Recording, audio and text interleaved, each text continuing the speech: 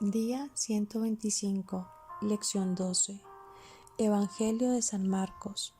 Cuarto, estructura del libro.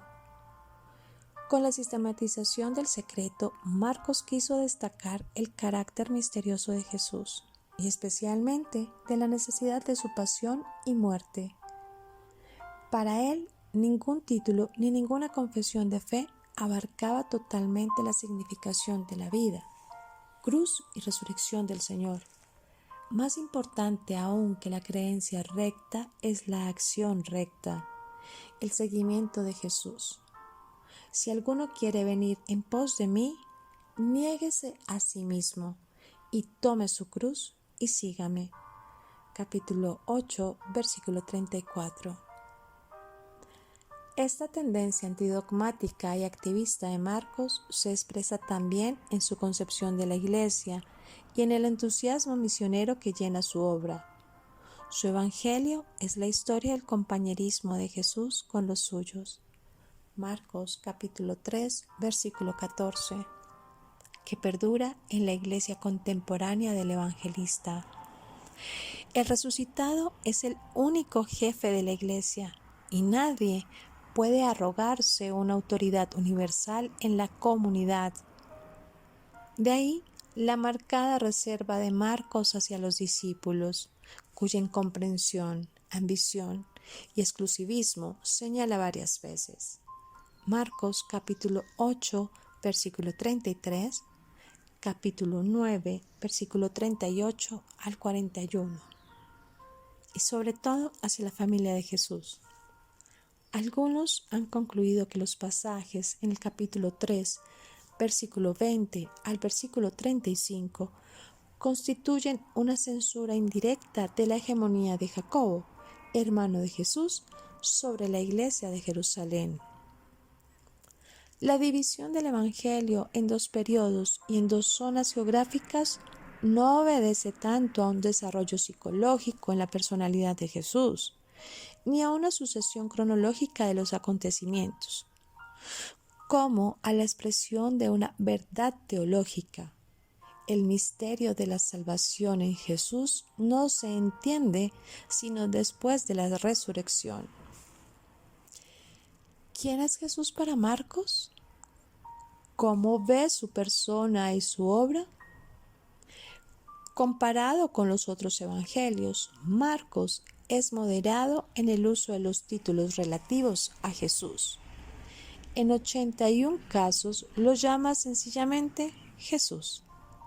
El término Cristo aparece solo 7 veces y nunca dicho por Jesús. En Marcos, Jesús suele designarse Hijo del Hombre, mientras que Marcos prefiere el título de Hijo de Dios, que aparece en momentos claves del relato. Al principio, en el relato del bautismo de Jesús, capítulo 1, versículo 11.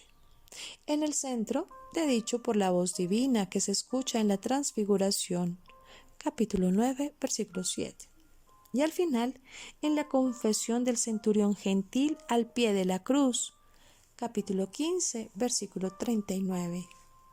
Según algunos más antiguos, Marcos lo incluyó también en el título de su libro, capítulo 1, versículo 1. Capítulos del 1 al 13. Antes de iniciar el estudio de estos capítulos, lea todas las instrucciones que aparecen a continuación.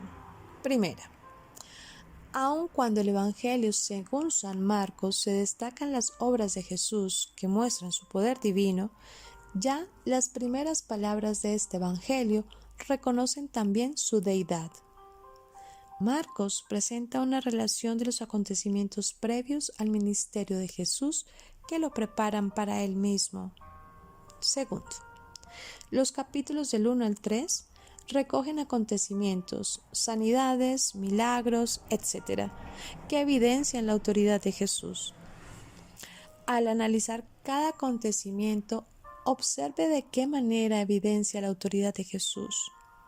¿Cuál es la relación de la gente y sobre qué tiene autoridad Jesús? En todos estos capítulos Jesús se enfrenta a las acusaciones y al rechazo de los líderes religiosos, de los judíos de su tiempo. Cada vez lo acusaban los escribas, los fariseos y los saduceos. Jesús discutía con ellos. En el margen tome nota de este conflicto. Capítulos del 14 al 16. Al leer el relato de Marcos acerca de la pasión, muerte, sepultura y resurrección de Jesucristo, note el desarrollo de cada acontecimiento. El segundo evangelio es una narrativa que muestra una rápida sucesión de eventos en la vida de Jesús. Es el más corto de los evangelios, con la menor cantidad de material exclusivo.